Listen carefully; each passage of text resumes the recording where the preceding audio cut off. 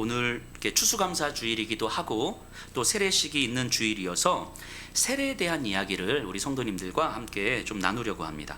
저희는요, 예수평화교회는 유아 세례는 딱히 정해진 날짜 없이 세례를 줘요. 아이가 출산을 하면 부모님하고 이야기를 해서 세례를 받지만, 이 세례식, 오늘 하는 세례식은 1년 중에서 부활주일과 추수감사주일 이 두 번에만 합니다.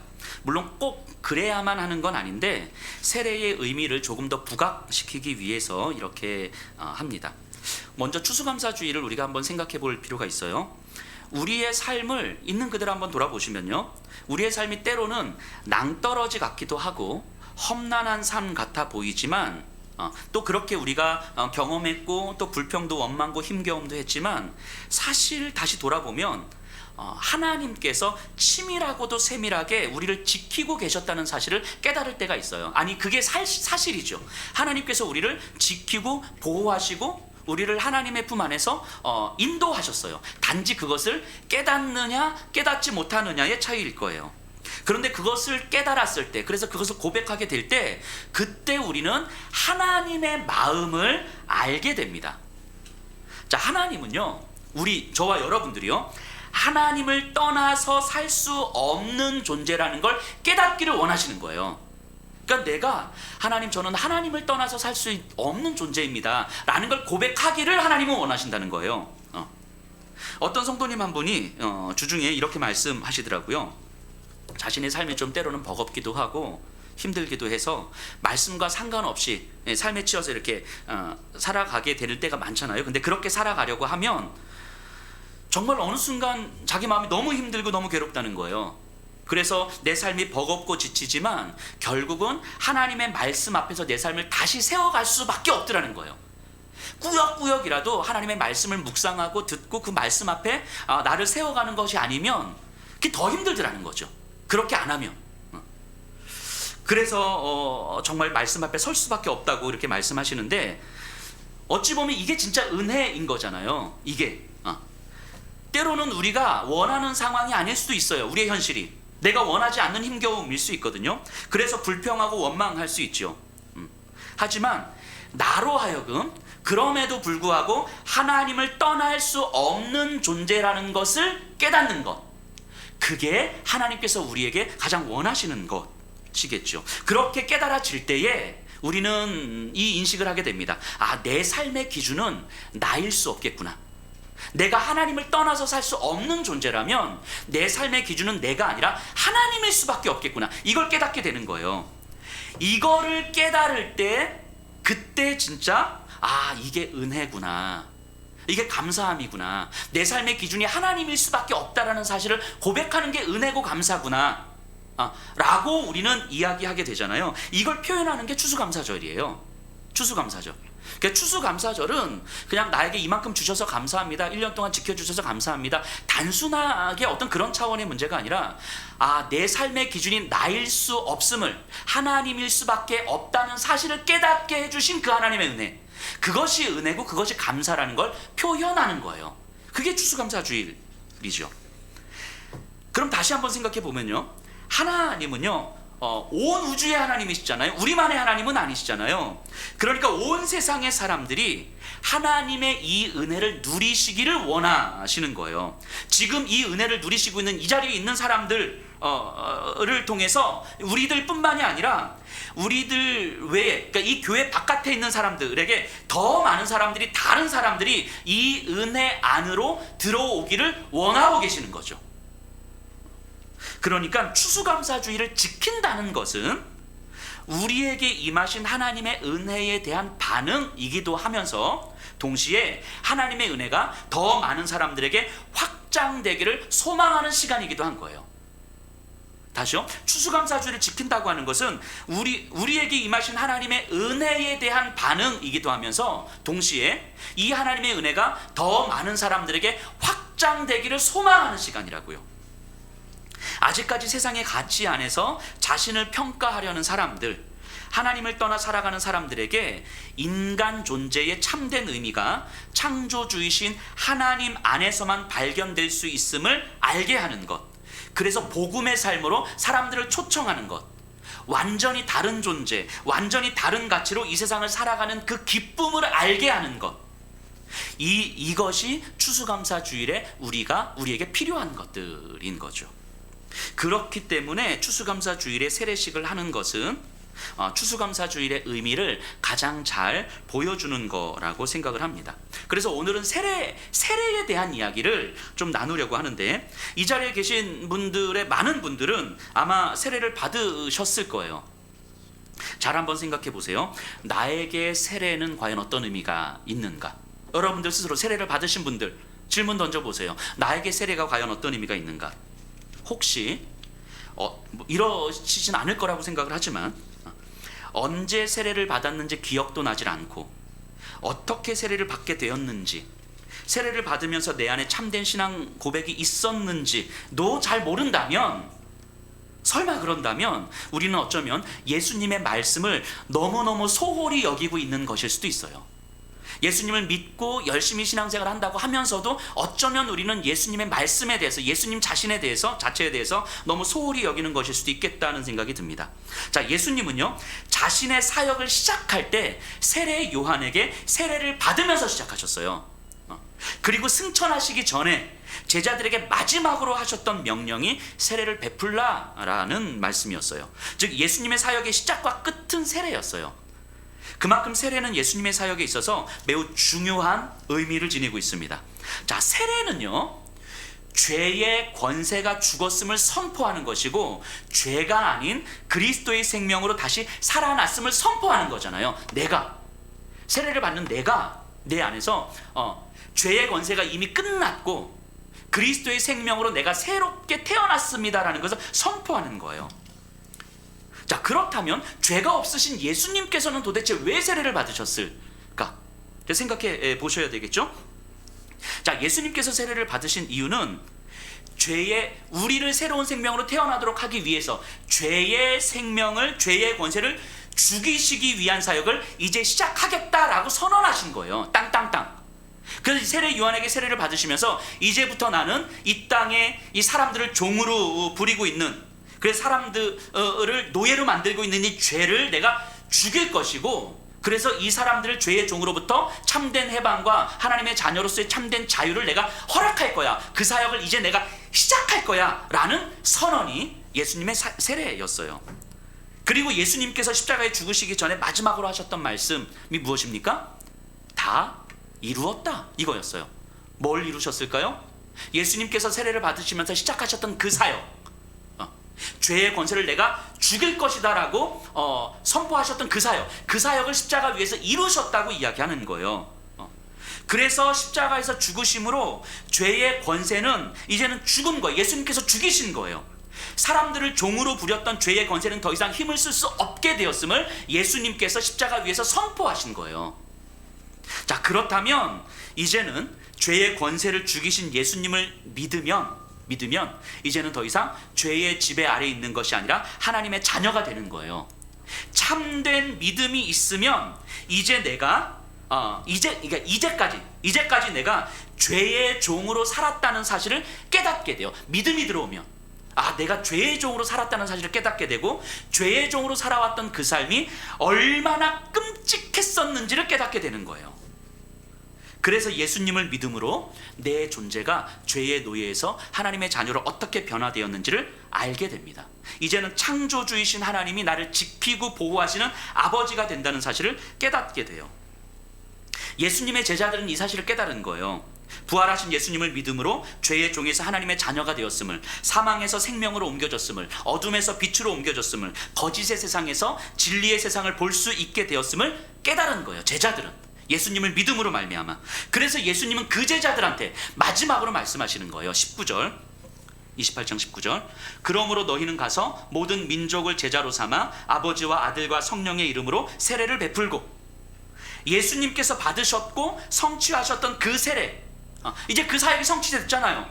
죄의 권세가 죽었잖아요. 그럼 남은 과제가 뭡니까? 남은 과제, 세상에 있는 사람들이 예수님을 믿음으로, 제자들처럼 예수님을 믿음으로 하나님의 자녀가 되는 일이 이제 남은 과제잖아요. 그걸 미리 경험한 사람들이 제자들인 거고, 제자들한테 그 남은 과제를 수행하라는 거예요. 예수님께서 성취하신 그 일을 이 세상에 확장하라는 거예요. 그게 세례를 베풀라라고 하는 말씀이시죠. 그 일을 감당하는 곳이 교회고 이 자리에 있는 성도님들이에요. 그러니까 여기 계신 분들에게, 세례를 받으신 분들에게 이 말씀 하시는 거예요. 너희는 가서 세례를 베풀라고. 예수님께서 성취하신 그 사역을 이 세상 가운데 여러분들의 가정이든 직장이든 지역이든 어디든 가서 확장하라고 말씀하신 거예요. 그리고 그 교회와 성도들에게 이렇게 약속하신 거죠. 20절, 내가 너희에게 분부한 모든 것을 가르쳐 지키게 하라. 볼지어다 내가 세상 끝날까지 너희와 항상 함께 있으리라. 그런 교회, 그런 성도들에게 예수님은 함께 하시겠다고 약속하셨어요. 예수님은요, 두세 사람이 내 이름으로 모인 곳에 내가 함께 하겠다고 말씀하셨잖아요. 여기서 포인트는요, 두세 사람이 아니에요. 내 이름으로 모인 곳, 예수님의 이름으로 모인 곳이죠. 두세 사람이 모여서 부동산 이야기하고 비트코인 이야기하고 이 자리에 없는 사람들 씹으면서, 죄송해요, 표현이 좀 저렴했어요. 뒷담화하면서 이렇게, 뒷담화는 항상 재밌어요, 그죠? 근데 어쨌든 그런 곳에 함께 계시겠다고 약속하신 게 아니란 말이에요. 두세 사람이 모여 있다고 교회 다니는 성도들이, 집사님들이 두세 사람 모여서 부동산 이야기하는 곳, 그런 곳에 함께 있다고 약속하신 것이 아니란 말이죠. 예수님의 이름으로 모인 곳에 함께 하시겠다고 약속하신 거예요. 무슨 말이냐면, 예수님을 구주로 영접한 사람들, 예수님으로 인해 내 존재의 변화를 경험한 사람들, 내 삶의 기준이 더 이상은 내가 아니라 하나님의 은혜에 있으며 하나님의 말씀이라고 고백하는 사람들, 그 사람들 가운데 함께 계시겠다고 약속하신 거예요. 예수님께서는 그런 공동체, 그렇게 모여있는, 예수님의 이름으로 모여있는 두세 사람의 공동체는 예수님께서 성취하신 일을 확장해가는 공동체일 수밖에 없다는 거예요. 그게 교회고 그게 성도예요. 그게 세례를 베풀라라고 말씀하시는 거예요. 그래서 세례는 예수님의 사역의 시작부터 마지막까지 이후 제자들의 삶에서도 너무너무 중요한 거죠. 그럼 우리 진지하게 한번 생각해 보십시다. 우리에게, 여러분들에게 세례는 그만큼 중요한 일입니까?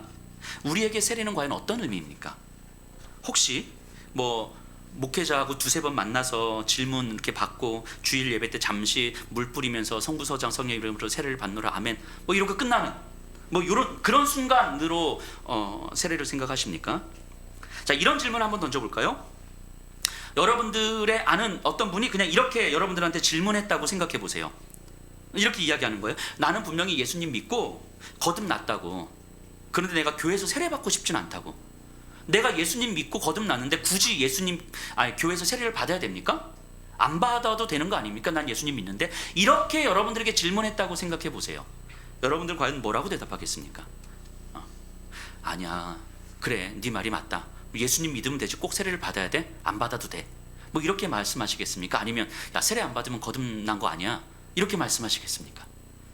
둘 다 틀린 얘기죠. 자, 거듭남과 세례는요, 입양하고 그 원리가 비슷해요. 입양하고. 저희 가정이 지금 입양을 준비하고 있잖아요. 근데 코로나 때문에 지금 잠시 멈춰져 있어서 어떻게 될지 좀 불확실하긴 한데, 어쨌든 계속 입양을 이렇게 준비하면서 기도하고 있어요. 근데 만일 한 명의 아이를 입양했다고 생각해 보세요. 근데 우리는 입양을 했고 내 호적에 올렸어요. 그 아이를, 우리 수빈이를 이름 지어놨거든요. 수빈이라고. 근데 우리 수빈이를 제 호적에 올렸어요. 근데 우리 수빈이가 호적에 올리고 나서 뭐라고 이야기하냐면, 아빠, 내가 입양은 됐지만, 입양은 원하지만 아빠 집에서 같이 살고 싶지 않아요. 이렇게 이야기했다고 한번 생각해 보세요. 자, 이렇다면 이 아이는요, 입양이 뭔지에 대해서 잘 이해를 못하고 있는 걸 거예요. 그러지 않겠습니까? 자, 입양을 받는다는 건요, 부모님이 생기는 거잖아요. 부모의 자녀가 되었다는 것이 무엇을 의미하는지를 이제 알아가야 되는 거예요. 그래서 부모님의 집에서 부모님의 보호와 사랑 안에 사는 것이 얼마나 풍성하고 좋은 것인지를 이제 경험해 가야 되는 거예요. 그리고 다른 가족들과 함께 살면서 가족으로서 어떻게 관계를 맺으며 살아갈지, 서로 사랑하는 관계를 어떻게 맺어갈지, 서로에 대한 어떤 부담감은 어떻게 질지, 때로는 갈등을 경험하기도 할 텐데 그런 것들은 어떻게 감당해야 되는지, 이런 것들을 함께 배워간다는 의미가 다 포함되는 거잖아요. 입양을 한다라는 거는, 입양을 한다는 말 안에는 이게 다 포함되는 거죠. 이게 분리해서 호적에 딱 올리고 이런 과정들은 다 생략하고, 이런 게 입양이 아니잖아요. 그리고 가족들은요, 새로운 가족들이 들어오는 것에 대해서 동생으로 환대해주고 이제부터 감당해야 될 여러 부담감을 지겠다고 인정하는 거죠. 아마도 저희 가정의 막내가 수빈이가 입양되어 온다면 지금 있는 우리 중학생 아들과 초등학생 딸이 감당해야 될 것들이 훨씬 많아질 거예요. 자기 장난감 양보해야 될 거고 이 귀찮게 하는 동생을 받아주기도 해야 되겠죠. 가정적으로는 아마 재정적 부담도 늘어날 거고요. 그런데 이런 부담에도 불구하고 새로운 가족이 오는 것에 더 큰 의미와 이 기쁨이 있다는 사실을 아는 거잖아요. 그래서 입양을 하는 거잖아요. 입양을 한다는 건 그런 부담감이 있다는 것을 충분히 알고 있음에도 불구하고 더 큰 의미와 기쁨을 알기 때문에 진행을 하는 거잖아요. 단지 호적에 아들 한 명 올리는 것, 그래서 너 내 아들이야 라고 선포했어. 그리고 나중에 내가 유산 물려줄게. 뭐 물려줄 유산이 없어서 뭐 안심이긴 한데 어쨌든 이렇게 말하는 게, 그렇게 선포하고 그냥 유산 물려줄게 약속하고, 이게 입양이 아니잖아요. 그죠? 마찬가지예요. 세례를 받는다는 것도. 나 예수 믿는 사람입니다. 나 거듭났어요. 나 이제 천국 백성 됐어요 라고 개인적으로 고백한다고 해서 끝나는 게 아니에요. 그게 거듭난 게 아니라는 거예요. 만일 그 정도로 우리가 거듭남을 이해하고 있다면 그건 거듭남이 무엇인지 제대로 모르고 있는 거예요. 그냥 입양 받으면서 호족에 대해 이름 올리면 됐지 뭐, 아빠가 나 아들이라고 선포해주면 됐지 뭐, 이런 정도로 생각하는 거죠. 그렇게 입양하는 사람은 없을 거예요. 하나님은 우리를 그렇게 거듭나게 하시지는 않을 거라는 거죠. 예수를 믿고 거듭난 자신이 누구인지를 확인하는 시간이 세례예요. 자, 거듭났다는 의미가 뭐예요? 거듭났다는 의미, 우리가 흔히 알고 있는 것처럼 죄 용서를 받고 그리스도의 생명으로 구원을 받았다는 건데, 그렇다면 그것이 갖는 의미가 뭐냐는 거예요. 내가 죄 용서 받고 그리스도의 생명으로 다시 태어났다는 것이 갖고 있는 의미가 뭐겠냐는 거예요. 그거는 그리스도의 몸이 되었다는 거예요. 그리스도와 연합했다는 거예요. 그리스도의 지체가 되었다는 거예요. 아쉽게 생각해 보세요. 그리스도의 몸이 되셨어요. 여러분들이 그러니까 머리카락도 있고 눈썹도 있고 눈, 코, 입, 귀도 있고 손가락, 소통도 있을 것이고 뭐 폐도, 위도, 간도 다 있을 거잖아요. 몸을 구성하는 수많은 구성 요소 중에 하나가 되었다는 거예요. 그 구성 요소 중에 하나가 독자적으로 독립적으로 존재할 수는 없는 거잖아요. 그러니까 머리 대신 그리스도에 따라서 모든 구성 요소들은 내가 좋든 싫든 그 모든 다른 구성 요소들 사이에 유기적 관계 안에 이미 들어왔다는 걸 의미하는 거예요. 내가 관계를 맺고 싶든 맺고 싶지 않든 상관없이 내 존재 자체가 다른 그리스도의 구성 요소들과 관계를 맺는 위치에 들어왔다는 거예요. 내 오른쪽 검지손가락은 얘가 원하든 원하지 않든 내 몸의 일부의 다른 것들과 관계를 맺을 수밖에 없는 위치라는 거예요. 얘의 의지와 상관없이 존재가 그렇게 바뀌었다는 거예요. 그게 그리스도의 몸이 되었다는 것이고 거듭났다는 거예요. 그리고 그 관계를 맺는 기본적인 단위가 교회인 거죠. 그러니까 거듭났다는 말은요, 그리스도와 연합됐다라는 것은 교회 공동체 안에서 서로 간에 사랑과 섬김의 부담을 갖는 존재가 되었다는 거예요. 그리고 어떻게 그것을 배우고 살아내야 하는지, 이제 그것이 시작되는 거죠. 그걸 알려주는 과정이 세례예요. 그러니까 내가 거듭난 자로서 이제 앞으로 내가 무엇을 배우고 어떻게 살아내야 되는지를 알려주는 과정, 그 시작, 그 과정이 시작되었음을 알려주는 게 세례라는 거예요. 그렇기 때문에 세례는 세례식을 하는 오늘 하루가 중요한 게 아니에요. 오늘 좀 이따 세례식을 하겠지만 오늘 하루 이 세례식 자체가 중요한 게 아니에요. 오늘 세례식은요, 세례가 무엇인지를 배우고 알아왔던 이제까지의 시간의 절정이고요, 그리고 거듭난 자로서 더 깊게 성숙해져 가야 될 그 삶의 시작인 거예요. 그러니까 세례식은 그 분기점이라고 할 수 있는 거죠. 이 모든 과정이 세례의 과정인 거고, 그 모든 세례의 과정이 그 분기점이 세례식인 거죠. 그리고 교회 공동체는요, 세례 받는 사람들의 그 신앙 고백의 증인들이에요. 조금 이따 세례를 받으시는 분들에 대한 증인들이 이 자리에 계신 분들인 거죠. 그리고 더 깊은 성숙한 삶을 위해서 책임져야 될 사람들이에요. 오늘 세례 받으시는 분들이 신앙생활을 못하고 하나님으로 멀리 떨어져 가는 것 같아, 이후로. 그럴 리는 없겠지만, 그러면 책임 여러분들이 지셔야 되는 거예요. 책임을. 세례 갑자기 막 일어서서 나가고 싶으시나요? 그 1세기 초대 교회 때 세례를 받는 장면들을 한번 생각해 보려고 해요. 제가 세례에 대해서 막 여러 많은 이야기를 하는 것보다 그때 진짜 세례를 어떻게 주었는지 받게 됐는지를 우리가 한번 좀 들어보면 훨씬 더 좋겠다는 생각이 들어요. 물론 모든 1세기 모든 교회가 그러진 않았을 거예요. 지역마다 다 다르고 교회 상황마다 다 달랐을 거예요. 그러니까 저는 그 1세기 당시의 교회의 모습을 기록했던 글들을 책을 좀 참고해서 지금 말씀드리는 건데요. 몇몇 교회의 사례일 것이고요. 그리고 그래서 일반적으로 다 적용하시면 안 될 것 같아요. 그런데 몇몇 교회에서는 이런 방식으로 세례를 주었던 것 같아요. 자, 세례를 받는 방식에 초점을 두지 마시고 왜 1세기 당시 교회들은 이렇게까지 세례를 베풀었을까? 라는 그 세례의 의미에 좀 초점을 두면서 들어보시면 좋겠습니다. 자, 어느 한 사람이 이제 교회를 나오고 예배를 드리고 말씀을 들으면서 세례를 받으려고 합니다. 이제 공동체에 있지만 사실 이 사람은 아직 공동체 일원은 되지 않아요. 당시에는 세례를 받아야 공동체 일원으로 선포가 되는 거거든요. 이런 사람, 세례를 이제 내가 받고 싶습니다라고 말하는 사람을 세례 준비자라고 해요. 세례 준비자. 아직 공동체 일원이 되지 않는 세례 준비자. 세례 준비자가 되면 그때부터 3년 동안 준비를 합니다. 3년 동안. 이 필요한 과정을 거쳐야 되는데 교회는 그리스도를 따르는 삶의 기준을 제시하고 세례 준비자는 그 기준에 따라 살아가는 일상에서 살아가는 법을 익혀야 되는 거예요. 왜냐하면 교회의 구성원이 된다는 것은 그리스도의 몸이 된다는 것은 사망에서 생명으로 어둠에서 빛으로 죄의 권세에서 하나님의 통치로 변화되었음을 믿음으로 받아들이는 일이거든요. 그렇기 때문에 과거의 삶에서 자신을 돌이키는 것, 즉 삶의 방식, 사사로운 습관, 세상을 보는 관점에 이르기까지 모든 부분에서 그리스도의 기준에 근거한 신앙의 규칙을 따라야 하는 거예요. 그걸 이제 연습하고 훈련하고 익히는 시간을 3년 동안 갖습니다. 그 3년 동안 세례 준비자들은 공동체 안에서 끊임없이 점검을 받는 거예요. 구체적으로는 과부들을, 그때 당시에는 과부 고아들이 엄청 많았거든요.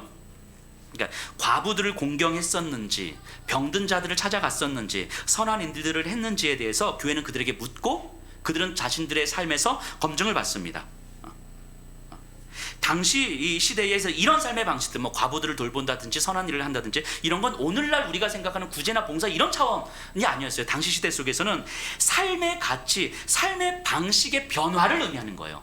그러니까 내가 구제 좀 해가지고 교회 공동체 일원으로 받아들인다 이런 식으로 생각하시면 안 되는 거예요. 삶의 가치가 어떻게 변화되었는지, 아직은 변화되지 않은 이 사람이 변화된 삶이 어떤 것인지를 익히고 연습하는 시간들이 이제 3년을 동안 하는 거고요. 그리고 이 검증을 마친 사람들은 세례를 받을 자격이 부여됩니다. 이를 세례 자격자라고 해요. 세례 자격자. 세례 자격자가 되면 이제는 본격적으로 복음에 대해서 배우기 시작해요. 세례 준비자가 변화된 가치로 인한 도덕적인 삶에 초점을 좀 맞추고 있었다면 세례 자격자가 되면 진짜 이제 사도신경에 근거한 복음을 배우게 됩니다. 그렇게 일정 시간 동안 믿음의 본질을 배우면서 경건의 훈련, 뭐 기도와 금식과 예배를 익혀가는 거예요. 자, 그리고 지금부터는 이제 세례 일주일 전이에요. 여러분들이 그 상상을 한번 해보세요. 그때 당시 어떠했을지. 세례 받기 일주일 전이 되면 세례 자격자들은 매일 몸을 씻습니다. 매일 목욕을 해요. 그렇게 세례를 준비합니다. 몸도 마음도. 그리고 이제 월화수목 금이 되면서 이제 금요일이 되면 금요일에서 토요일까지 금식을 해요. 그리고 세례 전날, 토요일이죠. 토요일 날에는 철야를 합니다.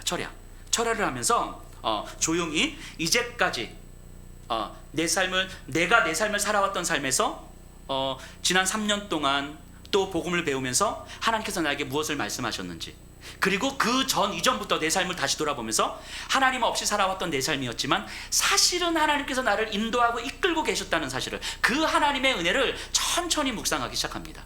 그리고 마지막 가르침을 받죠. 그리고 마침내 세례 받는 날 아침이 되면 세례 자격자들은 이제 따로 준비된 세례실로 인도가 됩니다. 당시 교회는 이런 교회가 아니라 가정이었거든요. 가정. 근데 좀 돈이 많은 큰 집이 있는 사람들이 자신의 집을 교회로 내어놓는데 아마 그 집에 조그만 방 하나를 이제 세례실로 만든 것 같아요. 아마 장소마다는 좀 달랐겠지만 세례실에는 어떤 벽화들을 이렇게 좀 준비했었던 것 같아요. 그러니까 제가 참고한 어떤 글에서도 그 교회에서도 이제 벽화들을 준비했는데 그 벽화 그림으로 좀 준비해 주세요. 이 세례실의 한 장면은 세 개의 벽화가 있었던 거예요. 세례를 받는 사람들이 세례실에 들어가자마자 가장 먼저 보는 게 이 세 개의 벽화들인데요. 이 세례와 관련된 성경의 장면들을 그림으로 그리는 거예요. 물론 이 그림들은 당시 그곳에 있었던 그림이 아니라 그 그림은 어떤 그림인지 찾을 수가 없어요. 단지 같은 내용을 담은 그림을 제가 인터넷에서 찾은 거예요. 그러니까 물 위를 걷는 예수님과 예수님을 바라보고 물에 뛰어든 베드로의 그림이 있었다라는 기록을 보고 그에 관련된 그림을 제가 이제 찾은 거예요. 여러분들이 세례 자격자가 되어서 이제 세례실로 이제 들어갔다고 생각해 보세요. 조금은 사실은 조금 어둡고, 그리고 빛이 이렇게 좀 비추고 있고, 아침 시간이니까, 그리고 벽에는 세 개의 벽화가 그려져 있습니다. 들어갔는데 저 그림이 보이는 거예요. 물 위를 걸어오시는 예수님과 제자들을 부르시는 예수님, 그리고 예수님만 바라보면서 물 위로 뛰어든 베드로. 베드로가 예수님만 바라보면서 물 위로 뛰어들었던 것처럼 예수님을 바라보지 않았다면 절대로 물 위로 뛰어들 수가 없었을 거예요. 하지만 예수님만 바라보았기 때문에 물 위로 뛰어들었던 것처럼 이제는 나도 이 세상이라고 하는 위험한 바닷속에 뛰어들어가야 되는데, 예수님만 바라보면서 이제는 내가 뛰어들어가야 되는데, 그런데 예수님만 바라보면서 이 세상의 바다에 내가 뛰어들면 실제 내가 감당해야 될 것들이 참 많을 텐데, 내가 희생해야 될 것들이 참 많을 텐데, 나는 정말 예수님만 바라보면서 이 세상의 물 위에 뛰어들 수 있을 것인가, 이런 생각들과 고민들을 했겠죠. 그리고 두 번째 그림으로 넘어가요. 두 번째 그림은요, 광야에서 모세가 바위를 쳐서 바위에서 물이 나오는 그림이에요. 그 고민과 정말 예수님만 바라보면서 내가 세상의 바다에 뛰어들 수 있을 것인가 라고 고민하고 있는 이 사람에게 바위에서 물이 솟았듯이 자기 안에서 새로운 생명이 솟구치는 것을 이제 느끼는 거죠. 내 안에서 내가 가질 수 없는, 하지만 하나님께서 허락하신 그리스도의 생명이 내 안에서 샘솟듯이 솟구치는 것을 내가 느낄 때에, 진짜 나는 세상의 바다에 뛰어들 수 있겠구나. 욕망의 질서와 폭력의 질서 안에 내가 예수님의 이름으로 뛰어들 수 있겠구나 라고 아마 고백하게 되지 않았을까 싶어요. 그리고 세 번째 그림을 보는 거예요. 물 위에 떠 있는 방주와 그리고 그 안에 있을 노아와 그의 가족들이지요. 세상을 파괴하고 모든 것들을 죽이는 이 홍수로부터 방주는 노아와 그의 가족들을 보호해 주었습니다. 그것처럼 내가 이제 세상에 뛰어들어야 될 것인데, 그래서 로마 황제의 질서 아래서 내가 감당해야 될 수많은 것들이 분명히 있을 텐데, 그래서 파괴와 죽음으로 나를 몰고 갈 수도 있을 텐데, 그럼에도 불구하고 교회를 통해서 하나님은 나를 보호하실 것임이 믿어지는 거예요.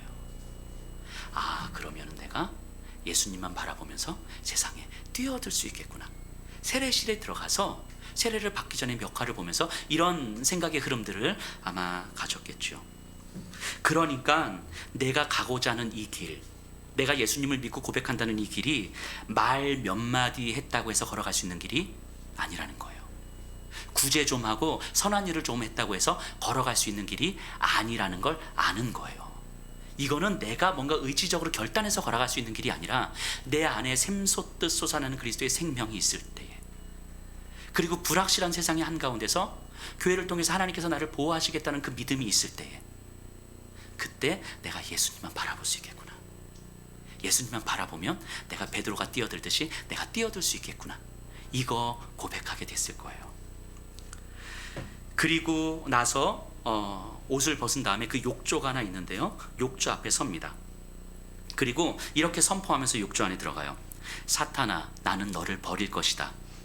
너를 섬기는 종들, 네가 벌이는 모든 일들을 나는 거부할 것이다. 선포하면서 욕조 안에 들어갑니다. 그리고 집례자와 세례자가 질문과 답을 해요. 주고받습니다. 사도신경에 근거해서. 그리고 나서 완전히 물에 잠긴 다음에 나오면 이제 몸을 닦고 옷을 입은 다음에 성도님들이 모여 있는 곳으로 가요.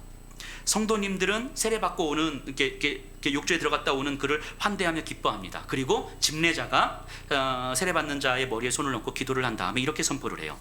여러분의 새로운 형제입니다. 그리스도 안에서 형제된 이 사람에게 여러분들 축복하고 인사해 주십시오. 그러면 모두 달려 나와서 그 사람을 안고 기쁜 마음으로 받아들이는 거예요. 그러면서 예수님께서 성취하신 사역이 이렇게 또 확장되고 있음을 기뻐하는 거예요. 그렇게 그 주일의 예배는 드려지는 거예요. 말씀드렸던 것처럼 세례를 받은 사람은 새롭게 갖게 된 이 신앙으로 말미암아 그 시대, 그 사회에서 커다란 희생을 치러야 될지도 몰라요. 아마 분명히 그렇게 될 거예요. 하지만 그는 기꺼이 그 값을 치를 준비가 되어 있을 겁니다. 왜냐하면 그는 헤아릴 수 없이 소중한 생명을 선물로 받았고, 하나님께서 교회를 통해서 나를 지금 안고 축복해주는 이 사람들과 함께 하나님은 나를 보호해 줄 것임이 믿어졌기 때문이에요. 이게 당시에 짧게 우리가 좀 묘사했지만 당시 세례의 한 장면입니다. 우리가 저들처럼 따라하자는 거 아니에요. 하지만 세례의 참 의미가 무엇인지, 세례가 얼마나 중요했었는지, 그 당시 성도들에게, 교회에게 어떤 의미가 있었는지 우리가 한번 생각해 볼 필요는 있을 것 같아요. 이 세례의 모습을 보건대 여러분들은 이 초대교회에서, 1세기 초대교회에서 세례가 갖는 중요한 특징이 무엇인지 아시겠습니까? 첫 번째는요, 초대교회는 분명히 이것을 깨달았을 거예요. 회심하지 않고, 죄로부터 회심하지 않고, 진리를 배우지 않고, 삶의 방향을 전면적으로 수정하기를 갈망하지 않고는 그리스도인이 될 수 없다고 교회는 확신했어요. 하나님의 그 은혜, 예수님의 그 처절한 십자가의 은혜를 말 몇 마디로 고백한다고 해서 인정할 수는 없었다는 거예요. 그 은혜는 우리의 존재를 완전히 변화시켜 준 거예요. 죄의 종에서 하나님의 자녀로 변화시켜 준 거예요. 사망에서 생명으로, 거짓된 세상에서 진리의 세계로 우리를 이끌어 준 은혜예요. 그 은혜. 근데 그 은혜를 그냥 말 몇 마디, 그리고 뭐 봉사 조금 이거 했다고 당신 구원 받았어, 이럴 수가 없었다라는 거예요. 그런 은혜를 죄로부터의 회심도 없이, 어떠한 삶의 변화도 없이 그냥 넘어갈 수는 없었다는 거예요. 초대교회는 이것을 분명하게 인정했어요. 자, 두 번째는요, 세례는 단순히 주일 예배 중간에 끼워 넣는 하나의 의식이 아니었어요. 물론 이렇게 머리 손 얹고 그냥 선포하는 그런 의식이 아니었어요. 세례는 그 자체로 회심과 성장이라는 긴 과정의 정점이자 이후로 지속적으로 변화와 성장이라는 또 다른 과정의 시작인 거예요. 이 전 과정이 세례예요. 전 과정이 세례. 그렇기 때문에 요 한순간의 세례의 전부다라고 여기지 않았어요. 절대로. 그러니까 세례는 그 세례식 그 순간의 의미를 넘어서 이후로 매일매일 세례의 날들을 살아가야 한다는 것을 의미하는 거예요. 세례식은 그것의 시작되었다는 것을 알려주는 거죠. 단순한 의식과 단순한 형식이 아니다라는 거예요. 세 번째로요, 세례는 교회에 가입하는 것을 의미했습니다. 다시 말하면 함께 살아가는 삶으로 들어가는 공동체적 예식인 거지 개인의 사사로운 일이 아니었다는 거예요. 초대교회는요, 분명히 이렇게 선포했습니다.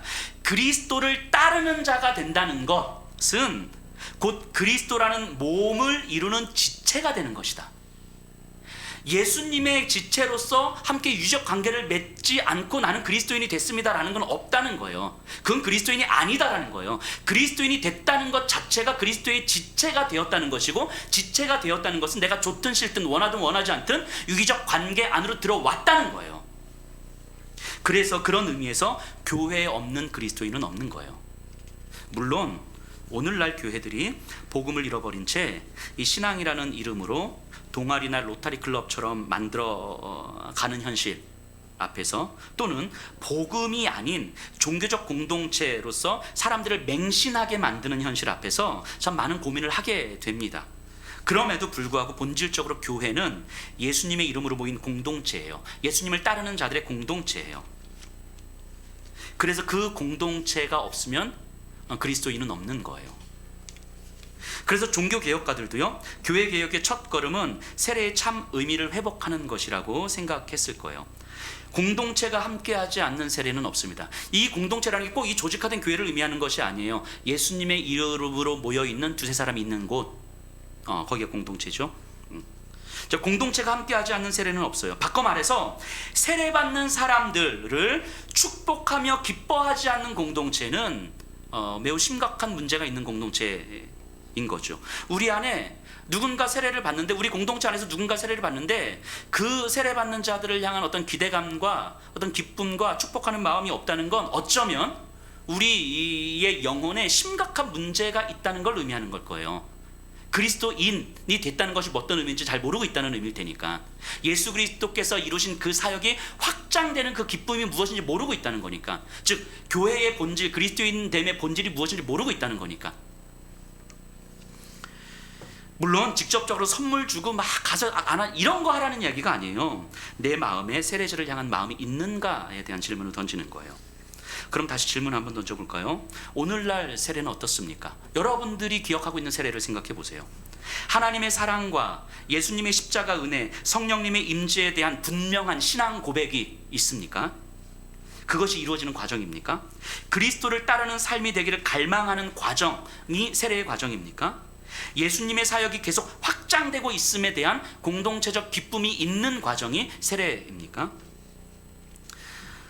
내가 내 자신이 세례에 대해서 이런 과정을 경험하지 못했다면 다른 이들이 받는 세례에 대해서 아마 기대감이 없을 수도 있어요. 내가 그런 세례를 경험하지 못했으면. 하지만 내가 세례를 이런 과정으로 경험했다면 다른 사람이 세례를 받을 때 기대감이 생겨요.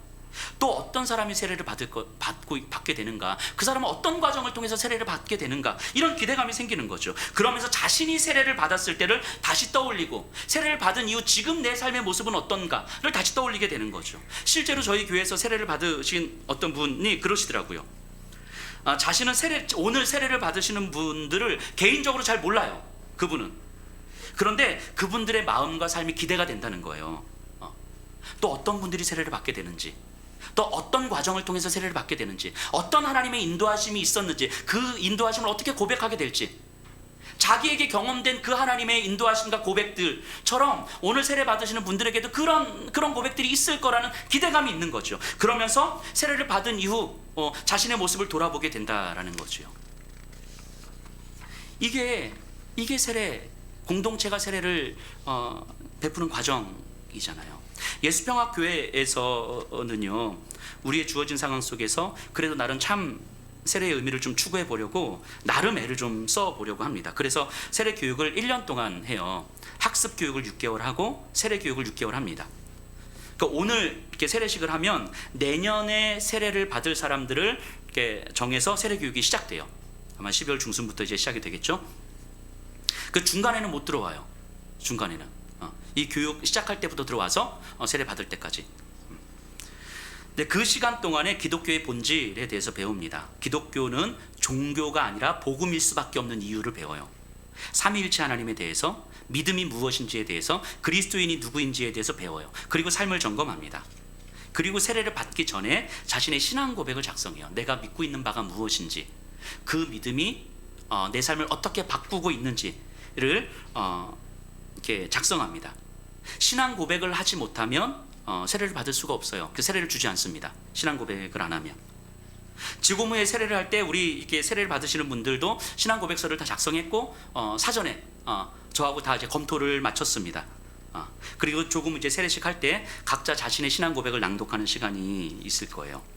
신앙 고백을 작성하면서 교육했던 그 지난 1년에 교육했던 시간들을 돌아보고 자기 안에 어떤 변화가 일어났었는지를 생각해보고, 그리고 이 모든 것들이 어떻게 하나님의 은혜로 설명될 수 있는지를 한번 점검하고 정리하는 거예요. 그리고 진짜 내가 예수님을 믿고 있는지, 내가 믿고 있는 바가 진짜 성경에 근거한 올바른 진리인지를 이렇게 점검해 보는 거죠. 물론 이렇게 세례를 받아도 이후로 또 흔들리고 넘어지기도 합니다. 하지만 적어도 세례를 준비하면서 하나님이 누구이시고 나는 하나님 앞에 어떤 존재인지에 대해서 조금은 더 깊고 선명하게 배우고 고민할 수 있었던 그 시간들은 매우 의미가 있다고 생각을 합니다. 이게 세례가 베풀어지는 과정이에요. 정리해보면요, 세례는요 결국 주님께서 나를 어떻게 바라보고 계시는가에 대한 우리의 믿음의 반응이에요. 주님이 나를 어떻게 구원하셨는지에 대한 우리의 믿음의 반응이에요. 하나님께서 나를 어떻게 사랑하셨는지에 대한 믿음의 반응이에요. 하나님께서 나를 하나님의 자녀로 입양하셨다는 사실에 대한 우리의 믿음의 반응이 세례예요. 그 믿음에 대해서 고백하지 못하고 믿음에 대해서 깨닫지 못하면 세례 자체는 아무 의미가 없는 거예요. 그렇기 때문에 세례는 우리 평생에 걸쳐서 일어나야 하는 성숙의 과정인 거죠. 세례식은 그 본격적인 시작을 알리는 시간이에요. 그리고 오늘의 이 시작을 위해서 오늘 세례 받으시는 분들은 지난 1년을 준비해 온 거라고요. 그리고 오늘 그 시작을 선포하는 거예요. 공동체 안에서. 우리를 기뻐할 사람들 앞에서, 우리를 통해서 예수 그리스도의 사역이 확장되어질 것을 기뻐할 수 있는 사람들 앞에서 내가 지난 1년 동안 어떻게 준비해 왔고 앞으로 내가 어떤 성숙의 과정을 성숙을 소망할지에 대해서 함께 우리의 믿음을 고백하는 거예요. 그렇기 때문에 우리는 매일 매순간 우리가 받은 세례를 살아내는 거예요.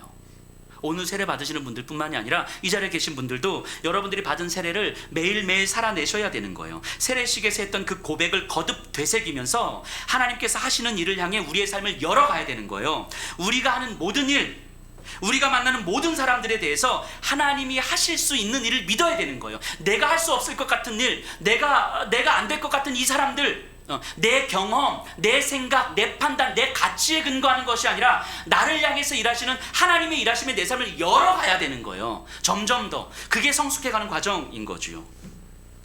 마지막으로 다시 한번 질문 던져보겠습니다. 여러분들에게 세례는 어떤 의미입니까? 기억도 나지 않는 한순간이었습니까? 그래서 여러분들이 기억해야만 했던 신앙 고백이 무엇인지도 모른 채 살아왔습니까? 내가 그리스도 안에서 어떤 존재가 되었는지 제대로 알지도 못한 채 헌신적인 신앙생활을 해오셨습니까? 하나님께서 나에게 허락하신 은혜가 아니라 내가 하나님께 무엇을 드릴 것인가에 초점을 맞춰진, 은혜가 아닌 내 헌신과 열심에 초점이 맞춰진 그런 신앙생활이었습니까? 이미 하나님의 사랑받는 자녀가 되었음에도 불구하고 마치 하나님께 잘 보이기 위해서 애를 써야만 하는 종과 같은 자녀로서 신앙생활을 해오셨습니까? 여러분들은 하나님의 자녀이지 종이 아니에요. 하나님께 잘 보이기 위해서 애를 써야 하는 자녀는 안타까운 거죠. 믿음으로 자녀됨을 받아들이셔야 되는 거예요. 자녀됨을 누리셔야 되는 거예요. 성숙해가는 자녀가 되셔야 되는 거예요. 그것이 여러분들에게 세례가 갖는 의미예요. 결국 세례는요, 복음에 대한 증거예요. 복음에 대한 증거. 예수님께서 성취하신 사역이 확장되는 과정입니다. 교회 공동체가 살아있음을 보여주는 사건이에요. 한 개인이 평생에 걸쳐서 성숙해가는 과정입니다. 이 모든 것을 선포하는 시간이 세례식이에요. 오늘 행해지는 세례식을 통해서 또 세례를 받으시는 분들을 보시면서 여러분들 자신의 세례를 기억해 보셨으면 좋겠습니다. 그리고 오늘 세례를 받으시는 분들을 보시는 하나님의 마음이 얼마나 기쁠지를 상상해 보셨으면 좋겠습니다. 누구보다도 하나님은 우리가 신앙 고백할 때 하나님의 은혜가 아니면 더 이상 나는 살아갈 수 없습니다, 하나님을 떠나서는 나는 살아갈 수가 없습니다라고 고백하는 그 한 사람을 보시면서 누구보다도 하나님은 기뻐하실 거예요. 그리고 여러분들도 그렇게 기뻐하셨을 거예요. 분명히. 오늘 세례식을 통해서 우리가 그 매일의 세례를 살아가기를 갈망했으면 좋겠습니다. 지금 이제 세례식을 시작할 텐데요.